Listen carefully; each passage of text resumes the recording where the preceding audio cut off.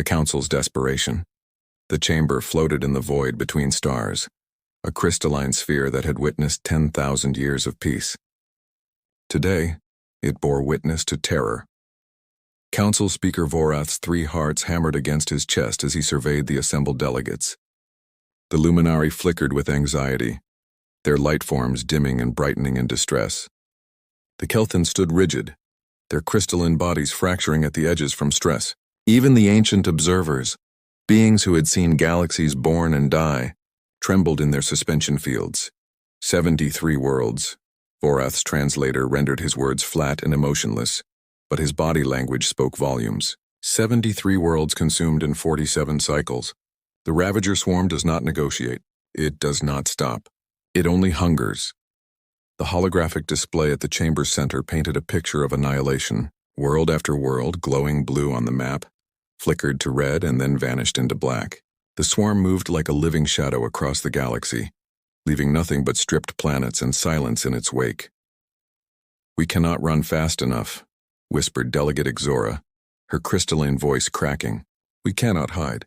Our weapons slow them but do not stop them. Our shields buy us hours, not days. What do we do when there is nowhere left to flee?" The question hung in the recycled air like a death sentence.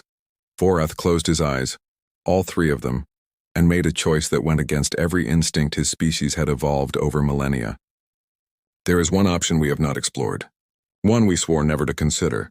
The chamber erupted. Voices overlapped in a dozen languages, but the emotion was universal. Fear. You cannot mean the Forbidden Zones? We classified those worlds as too dangerous for contact. Vorath raised his primary appendages, calling for silence. The Deathworlders. Yes, we have observed them from afar, catalogued their worlds, and kept our distance. But they evolved in conditions that would kill any of us in moments. They fight each other constantly, test themselves against their own hostile environments, and somehow thrive. If anyone in this galaxy understands survival against impossible odds, it is them. They are barbaric. Exora's crystalline form rang like a struck bell. Violent. Unpredictable. We quarantined those systems for good reason. And now we are dying, Vorath said simply. All of us. Our children. Our cultures. Everything we have built over millennia will be consumed, and the swarm will move on to devour the next galaxy, and the next. Tell me, Delegate Exora, what is the greater risk, asking for help or extinction? The silence that followed was absolute. Vorath pulled up another holographic display, this one showing classified files marked with red warnings. There are 47 known death worlds in range of our distress beacon. 31 have developed some form of civilization. Of those, 12 have achieved radio transmission and basic spaceflight capability. He paused. 1 has achieved primitive, faster-than-light travel within their own solar system. Which one? Asked an observer, its ancient voice heavy with curiosity and dread. The 3rd planet orbiting a yellow dwarf star. Galactic designation Sol 3. Its inhabitants call it Earth. The hologram shifted, showing a blue and green marble suspended in black. It looked peaceful from this distance, beautiful even, but Vorath had read the files. He knew what lived there. Earth, he continued, has a surface gravity that would crush most of us. Its atmosphere is poisonous with reactive oxygen. It is bombarded by radiation from its star. It experiences temperature extremes that range from boiling to freezing. Its surface is torn by tectonic activity. It is racked by storms that could level our cities. And in these conditions, life not only survived, it thrived violently and rapidly. He pulled up images that made several delegates look away. Creatures with massive teeth and claws, predators that hunted in packs, organisms that could survive in boiling acid or frozen wastelands. And at the top of this nightmare food chain, Vorath said quietly, are the humans. They have no natural weapons, no armor, no enhanced senses, yet they became the apex predator of their entire planet through stubbornness, adaptability, and a refusal to accept limitations. They are pursuit predators. They do not have our speed, but they simply do not stop chasing. They are tool makers and problem solvers, and most concerning of all, they form bonds of loyalty that transcend logic. You want to send a distress call to a planet full of relentless predators? Exora's voice was shrill now. And hope they help us rather than finish what the swarm started? Vorath met her crystalline gaze steadily. I want to give them a choice. We send the beacon to all 47 Deathworlds. We explain the situation. We ask for help. And we hope that somewhere in this galaxy, there are beings who understand that some things are worth fighting for, even when victory seems impossible. The vote was called. It was not unanimous, but it was decisive. Within the hour, the most powerful communications array in Council space was redirected. The message was simple, translated into every mathematical and linguistic framework the Council had ever encountered. It spoke of the Ravager swarm. It spoke of worlds dying. It spoke of children who would never grow up, of civilizations that would be erased, of a galaxy falling into darkness. It did not beg. It did not demand.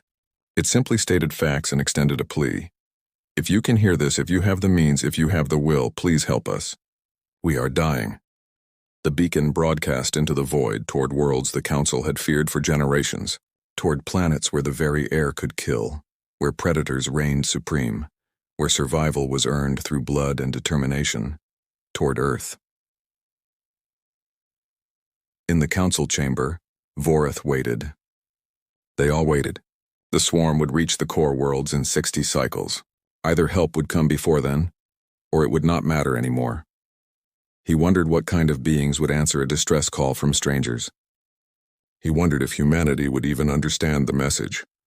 Most of all, he wondered if he had just saved the galaxy or doomed it to something worse than the swarm.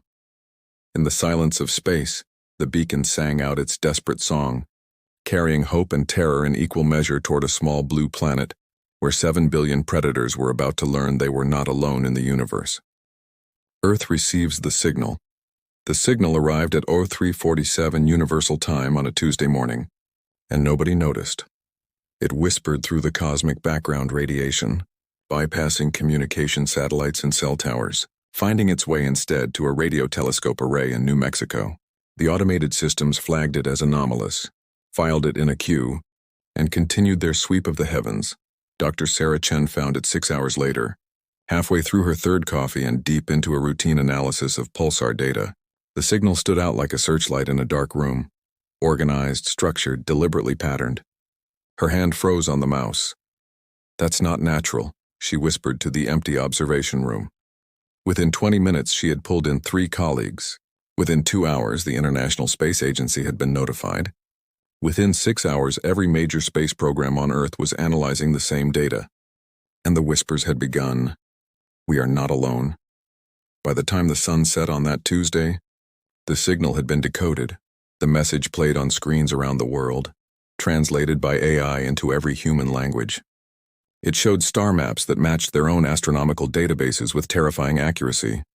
It showed worlds, beautiful alien worlds being consumed by something dark and writhing. It showed species they had never imagined, gathered in what could only be described as desperation, and it asked for help. The United Nations Emergency Security Council convened within 24 hours. The chamber was packed with representatives from every nation, military advisors, scientists, and more than a few people who still couldn't quite believe this was happening. This could be a hoax, argued Ambassador Petrov, his Russian accent thick with skepticism. An elaborate fake designed to create panic or manipulate. "It's not," Dr. Chen interrupted from her seat at the specialist table, too exhausted and overwhelmed to care about protocol. "The signal contains mathematical proofs we haven't discovered yet, astronomical data that matches observations we've never published, and physics that would take us decades to fake, if we even could. This is real. They're real. And they're dying." General Morrison from the United States leaned forward, his weathered face grave. "Let me make sure I understand this correctly. An alien coalition of species we've never met is being wiped out by some kind of biological weapon or swarm intelligence. They're losing badly, and they sent a distress call to Earth because—" He paused, checking his briefing notes. "Because they classified us as a death world and kept their distance for our entire history. Is that about right?" "Essentially, yes," confirmed Dr. Yuki Tanaka from JAXA, Japan's space agency. The translated message contains references to Earth's environment being hostile to advanced life, and humanity being adaptation-specialized predators. I believe we were quarantined. They were afraid of us. A bitter laugh rippled through the chamber. Ambassador Ndawa from Senegal shook her head slowly.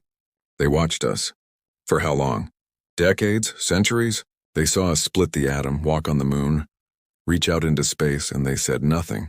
They left us alone, thinking we were too dangerous. And now that they're desperate, now they call? Can we even help them?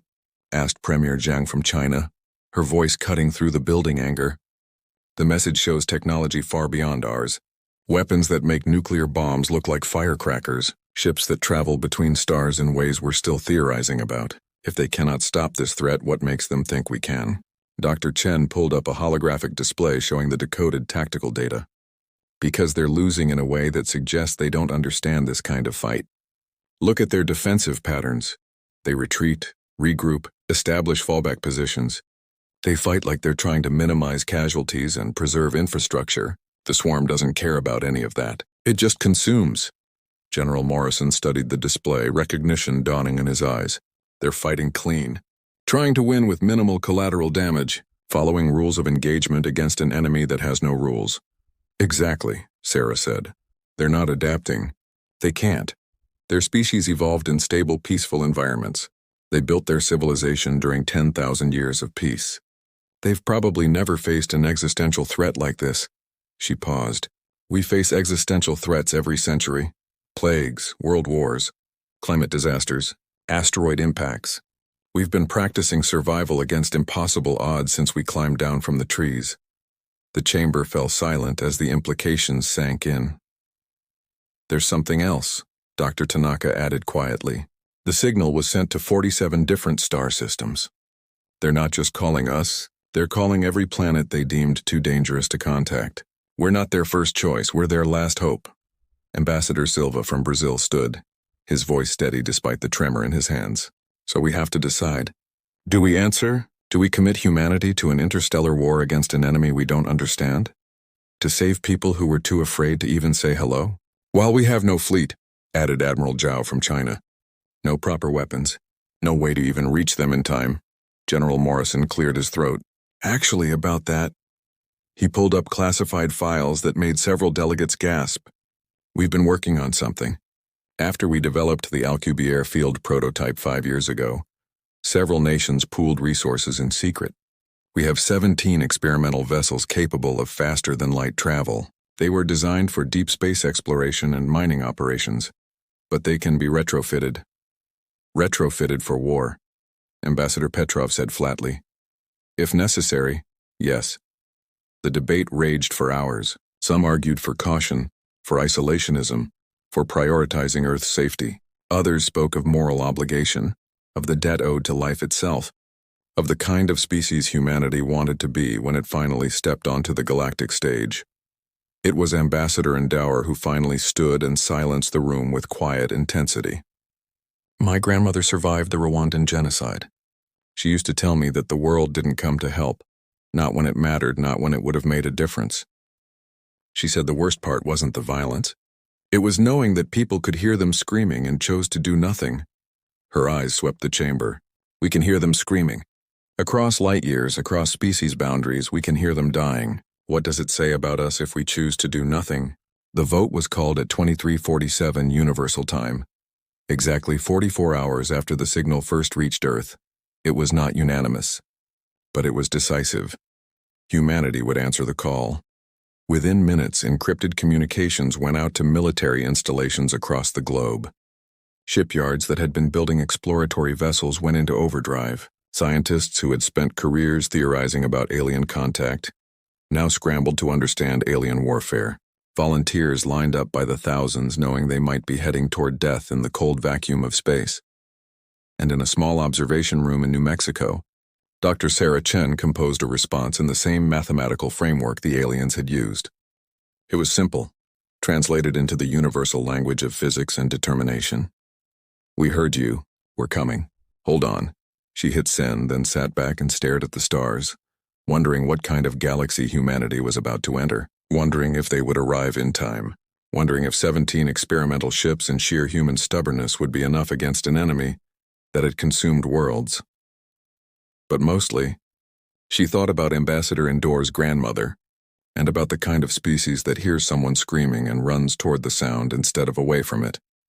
The message raced outward into the void, carrying humanity's answer across the vast distances between stars. They were coming. Humanity decides to act. The retrofit took 37 days. Across Earth, humanity moved with a unity that historians would later call miraculous. The 17 experimental vessels, originally designed for peaceful exploration and resource gathering, were transformed into something the galaxy had never seen before. In orbit above Earth, the shipyards blazed with activity 24 hours a day. The vessels were massive, each one nearly a kilometer long, built to sustain crews for years-long voyages into deep space. But they had never been meant for war. Commander Elena Vasquez floated through the main hangar of the UES Indomitable, watching as engineers welded armor plating salvaged from decommissioned aircraft carriers onto the hull. The ship hummed with frantic energy, cutting torches, shouted orders, the hiss of hydraulics, the whine of power tools. "It's not elegant," said Dr. James Park, the chief engineer, pulling himself along the guide rail beside her. "We're basically strapping guns to a research vessel and hoping it doesn't fall apart when we fire them." Elena studied the modifications with a critical eye. Railguns designed for asteroid mining, now calibrated for combat. Missile tubes meant for deploying satellites, retrofitted to launch nuclear-tipped warheads. Point defense systems cobbled together from naval technology and experimental laser arrays. It looked chaotic, brutal, improvised. It looked human. "The Council's ships are probably beautiful," Elena said. "Streamlined. Purpose-built over centuries of advancement. Ours look like we built them in a garage." "We basically did," James replied with a tired grin. "But here's the thing. Their ships are designed for their kind of warfare. Ours are designed for survival. We built these vessels to withstand the radiation around Jupiter, to harvest resources from hostile environments, to keep fragile humans alive in places that actively try to kill them. These ships are tough in ways their elegant cruisers probably aren't." Elena nodded slowly. The 17 vessels of humanity's first and possibly last interstellar war fleet were named after concepts that had carried humans through their darkest hours. Indomitable, defiance, perseverance, resolution, tenacity, courage, hope, endurance, vigilance, unity, determination, spirit, valiant, guardian, sentinel, phoenix, and victory. The names felt less like bravado and more like prayers. "Crew status?" Elena asked. "Full complement on all ships. We had to turn volunteers away." James pulled up a datapad. 52 nationalities represented across the fleet. Average age is 31. Most are military, but we have researchers, engineers, doctors, even a few civilians who wouldn't take no for an answer. Everyone knows this is a one-way ticket. We might not have enough fuel to come back, assuming we survive at all. And they still volunteered. "They fought for spots, Commander. We could have filled 100 ships." Elena closed her eyes briefly. 12,000 souls across 17 vessels, heading into the unknown to fight for species they'd never met, on behalf of a galaxy that had ignored them for their entire existence. It should have felt insane. Instead, it felt inevitable. The briefing took place in the Indomitable's main conference room, with the other 16 ship commanders attending via holographic link. Elena stood at the head of the table, acutely aware that the decisions made in this room would shape humanity's first impression on the galactic stage. "We'll travel in formation," she began, pulling up the star charts that had been included in the alien distress call. The Council provided coordinates for their rally point, a star system called Sanctuary, about 47 light-years from Earth. At maximum Alcubierre drive, we'll get there in 3 weeks. The swarm is projected to reach the Council's core worlds in 23 days. She paused. "We're cutting it close." Commander Okonkwo of the Defiance leaned forward, his Nigerian accent precise. "Have we received any response from the Council to our message?" "Nothing," Elena admitted. "Either they didn't receive it, didn't believe it, or they're too busy dying to respond."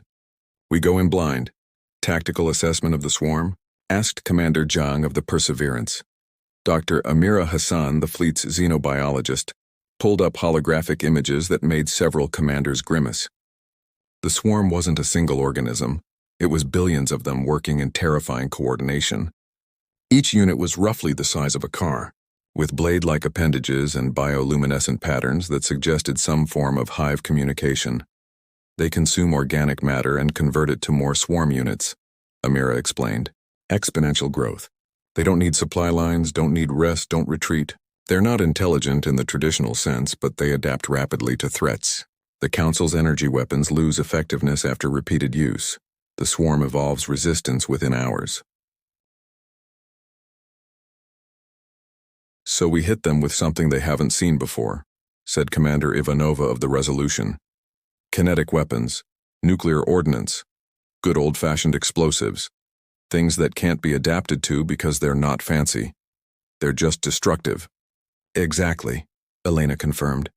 We're also carrying something the Council probably doesn't have. Biological weapons, nerve agents, engineered viruses, incendiaries. We cleared out every chemical weapons stockpile on Earth for this. If the swarm is biological, we make their biology a weakness. The commanders absorbed this in silence. Humanity was about to introduce the galaxy to the kind of warfare that had nearly destroyed them a dozen times over. The kind of fighting that had no honor, no glory, only survival. There's one more thing, Elena said quietly. The Council doesn't know we're coming. They don't know what we're capable of. And based on their message, they're terrified of us. When we arrive, we need to be very careful about how we present ourselves. Commander Hassan of the Courage spoke up, his Egyptian accent thoughtful. We're not conquerors. We didn't come to rule or to take. We came because someone asked for help and we couldn't say no. Then that's our message, Elena said. We're human. We heard you screaming in the dark, and we came running. That's what we do. The final preparations took another week. Families said goodbyes that might be permanent. Engineers ran final checks on systems that had never been tested in combat. Chaplains, imams, rabbis, and secular counselors worked around the clock, helping 12,000 people come to terms with their potential mortality. On the launch deck of the Indomitable, Elena floated before the viewport staring at Earth below. It looked so peaceful from here. Blue oceans, white clouds, continents glowing with the lights of civilization. Somewhere down there, 7 billion people were watching, waiting, hoping. Second thoughts? Dr. Park appeared beside her. Constantly, Elena admitted. We're about to introduce ourselves to the galaxy by showing up to someone else's war. We're going to kill things they couldn't kill. We're going to use weapons they probably consider barbaric. And we're doing it all on a hunch that we can make a difference. That's very human of us, James said with a slight smile. Elena laughed, despite herself. Yeah, it really is. The fleet departed at 08 Greenwich Universal Time on day 38. 17 vessels, moving in precise formation, their Alcubierre drives bending space around them as they accelerated past the speed of light. Behind them, Earth continued its ancient rotation, blue and green and beautiful. Ahead lay the unknown, a galaxy at war, species fighting for survival, and a swarm of horrors that had never encountered anything like humanity. In the mess hall of the Indomitable, someone had posted a sign that captured the fleet's sentiment perfectly. It was a quote from an old Earth philosopher. Darkness cannot drive out darkness, only light can do that. Below it, someone had added in marker, but sometimes you need to punch the darkness in the face first. 12,000 humans hurtled toward sanctuary, carrying with them the hopes of two civilizations, one that had asked for help and one that had answered. The galaxy was about to learn what humanity meant when they said, "We're coming," and the swarm was about to discover why Earth had been classified as too dangerous to contact.